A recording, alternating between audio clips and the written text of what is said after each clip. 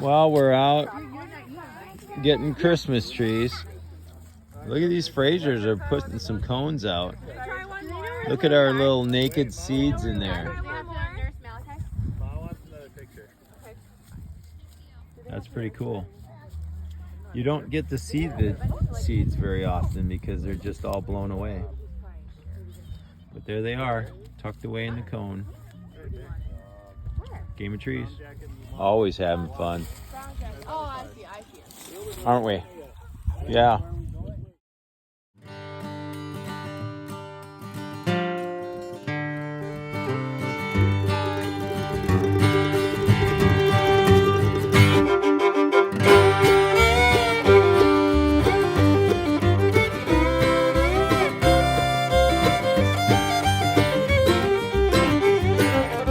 Summer heat and tundra cold and throwing a storm of three.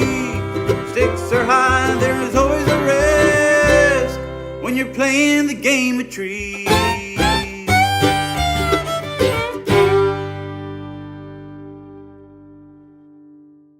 I'm just standing out here with David Chapman on Silent Night Evergreens, right? Yeah. That's the company. So, little backstory. So, how did Silent Night come into being?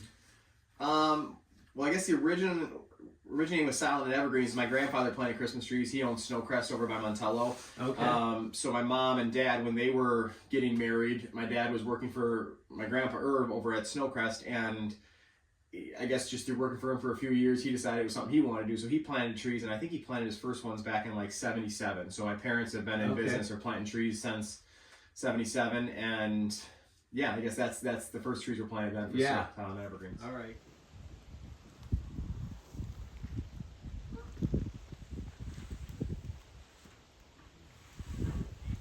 Measure it up.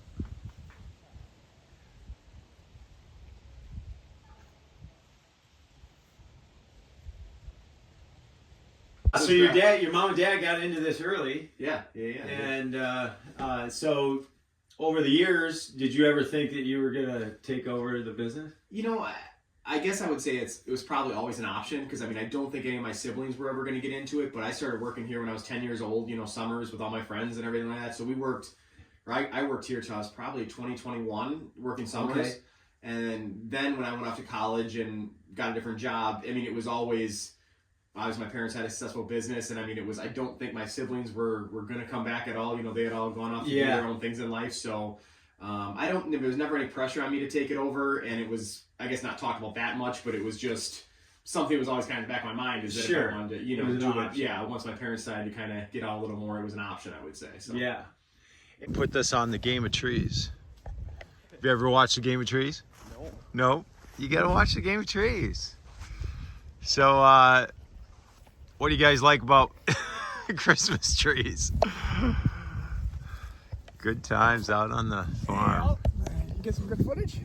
Yeah, we did get some good drone footage out there. So that was the first time I ever flew it. But so how many people have come out this year? Well, for the wholesale side, last week it was really busy. I mean, the whole parking lot was full all day, both days, 3 days. Yeah, we were one of those. Oh, were you? Yeah. I thought I recognized it. Yeah, she's been out here before. So, but yeah, and you guys mostly do wholesale, right? I mean, you put semis out of here, right? Yeah. Full of, where do those go? All over. Yeah. Yeah.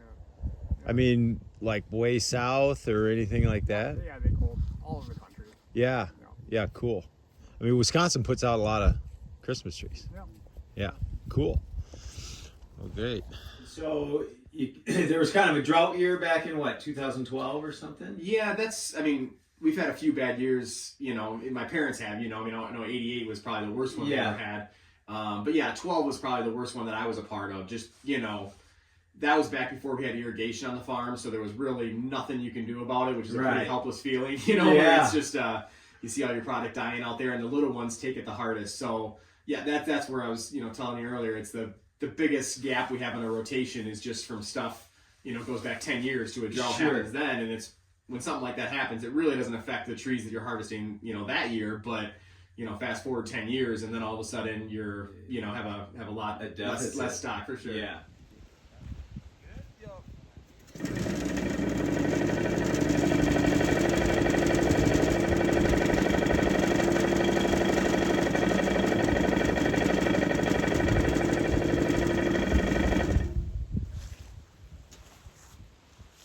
You know, what are your, you know, how many varieties of Christmas trees do you have out here?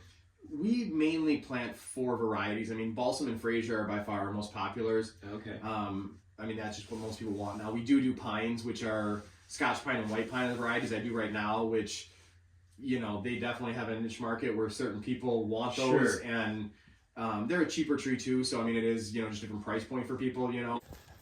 So we have the 2 most popular Christmas trees, Fraser fir and balsam fir. Let's show you the difference. So balsam firs are kind of a horizontal needle. They're horizontally orientated out the sides of the branchlet.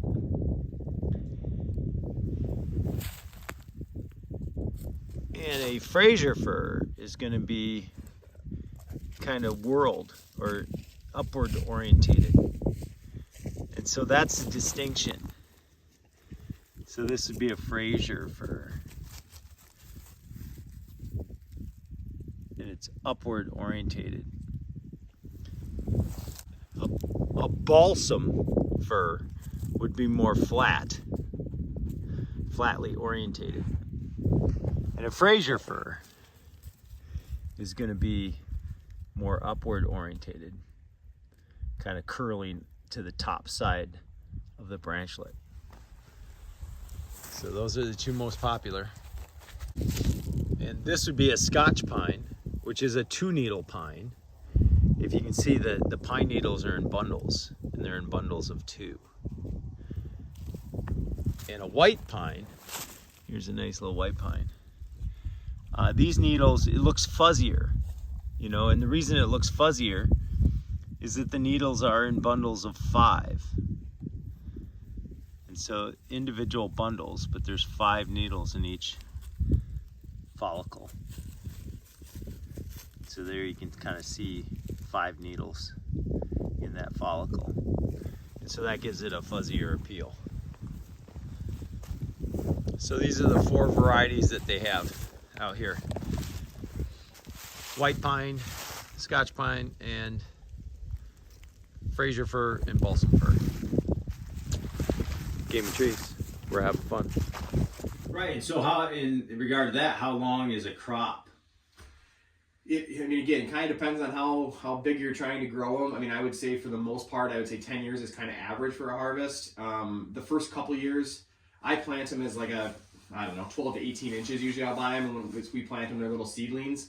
The first year, they hardly move at all. You know, I mean, if they grow an inch or 2, you know, the first 2 years while they're really kind of getting their roots established, you're lucky if you're getting that. But, you know, once they start to take off, then it's really up to what I want to let them grow. You know, I mean, I'll let a leader go maybe 10 inches to a foot before I'll cut it, you know, and then it's growing that foot every year is what I'm allowing. So, so I always tell people kind of a foot a year once they take off. So, you know, that way. And then it's kind of a balance of trimming it to keep it full. So yeah, David, why don't you kind of point out on this Fraser fir here what things you do to prune it? Basically what we're doing is you're just trying to get the shape. You know, we're really trying to keep them as narrow as you can, because once they get to be, I mean, this one's, you know, 8.5 feet tall probably. Once they get that big, they have a tendency to get wide if you let them. So I mean, we're constantly battling, trying to keep them as narrow as possible. And then it's just a matter of you don't, you know, want to take too much off, because sometimes, like I said, they get a very cut look if you take too much off. Mm-hmm. Yeah, and it's not like you're growing a landscape tree. No, not at all. And that's, I mean, and again, when I'm growing them commercially from the wholesale side, you're trying to make them all look the same. I mean, that's what people are buying. And, you know, even though one person going out cutting an individual tree might look for what they're looking for, you know, whether it's skinny or fat or loose or thin, you know, stuff like that. But when I'm growing them commercial, you have a look you're trying for. So when I'm training all my employees and stuff like that, you know, you're definitely trying to make them look as symmetrical as they can. And it's just every tree trying to figure out the balance of how much you want to take off for side growth. I mean, you can see towards the top where the leader and we left it maybe 8-10 inches there or whatever, probably 10 Yeah. inches, and that's the leader we cut it at, which is again just trying to balance what we want to fill out and not get too big. That being said, I mean, we always say every tree's an individual because you can't just do the exact same thing on every tree to make it look the same. You know, some of them you got to look at the tree, what it's given you to trim it. But yeah, Corrective pruning and different things to make it right. Yeah. Because like I said, they're all you know. There's something usually affecting them where the if the laterals didn't come up or the leader didn't have the buds on it or something, whatever, you might have to make it shorter or taller. Like I said, you have a we have the same thing in arboriculture. Sure. When we're doing training pruning. It's like every tree is a puzzle. Yeah. You gotta look at it and see what you have to do to it. But Sure. I know this year was kind of a unique scenario because a lot of our side growth we didn't put on quite as much as they normally would. So you see here, there's not as many cut marks on the side as there normally would be, just because we didn't get as much side growth, so we didn't have to take as much off as we normally would. Yeah, we had a dry spring. Yeah, very dry spring. So it was, like I said, just made the trees Didn't get that flush. At least we didn't lose them. They didn't die, but they definitely didn't pop with as much growth as they do most years. Right. So. Oh, cool. Well, you're mostly commercial. Would you say that's your primary sale? Yeah. My parents never wanted to do anything with retail. My dad always said he liked to see them go out on semis, and it was a lot less stress than deal with the individual customer. We always had a little lot set up just kind of for friends and family because, if you're our neighbor or your cousin or something like that, and you want to get a tree from us. Yeah, they want to come to us, so it's always tough to say no to them. But they never wanted to sell anything retail related, and they just opened up a little spot in the barn where they would bring some in for friends and family. When I came back in 2013, it was, by Thanksgiving we were shut down, and I was, just coming back from my other job, and I thought, gosh, we could, do a choose and cut or something. So that's kind of what started it, with us doing the choose and cut. And it grows a little bit every year. I mean, we still don't advertise a lot or really, we're trying to draw them yet because there's growing pains every year, which is getting a little bit bigger, and yeah, it is, a whole different type of, dealing with the wholesale side of it to dealing with the retail side of it, because it really is all wholesale right up until Thanksgiving. But all of our customers on the wholesale side want to have their trees by Thanksgiving.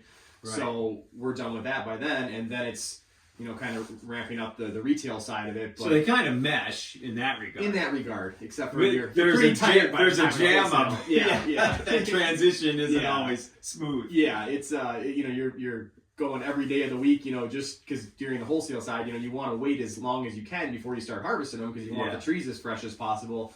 So we will, the last week of October when we start cutting, go 6 days a week just up until, then we start shipping the week before Thanksgiving. And once we get them out, then the retail side, we bring this up. But it's nice with the retail because it is, you feel less pressure with it because, everybody that comes here from this side is, usually in a good mood, and they're, even if they have to wait a little bit, it's not so bad. It's something that my wife comes down and helps with and other family members, which is nice because, the wholesale side is just very, you're out there in the sleet and the snow and the rain and all hours, and you get, very tiring long hours and stuff. So it's different, but yeah. Well, awesome. Yeah. So you've got, I know we picked our tree out of here. so there it is. Silent Night Evergreens. So we've taking a little walk here on the Christmas tree farm, Silent Night Evergreens. And these are the Fraser firs, which are the most popular. They have upward orientated needles and they're real full and they stay hydrated a long time. So Fraser fir is the one you want. But they have supplied the capital tree in Wisconsin for 12 years,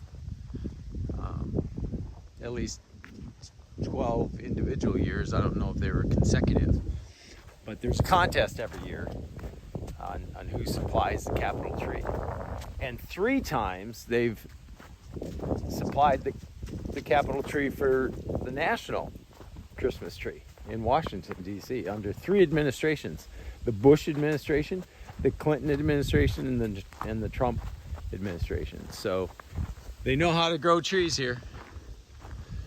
And so Christmas trees, a lot of people might say, oh, we're cutting down trees, we should let trees grow. But look at this, is a crop that is growing for 10 years. And this is not much different than a forest for what it's supplying to the atmosphere. in oxygen. So Christmas tree farms are a renewable resource that actually helps the environment. And the trees, you know, they replant and they continue, it's a rotating crop. And so support the local Christmas tree industry and buy a real Christmas tree and have that fragrant aroma in your house. This is a Game of Trees. We're having fun, and I just wanted to show you a little side of the industry, the green industry. Go out and buy yourself a real Christmas tree.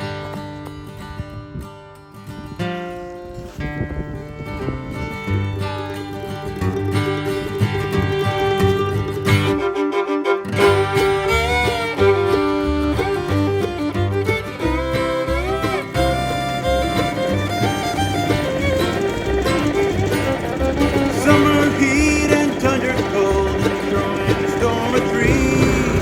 Stakes are high, there's always a rest when you're playing the game of trees.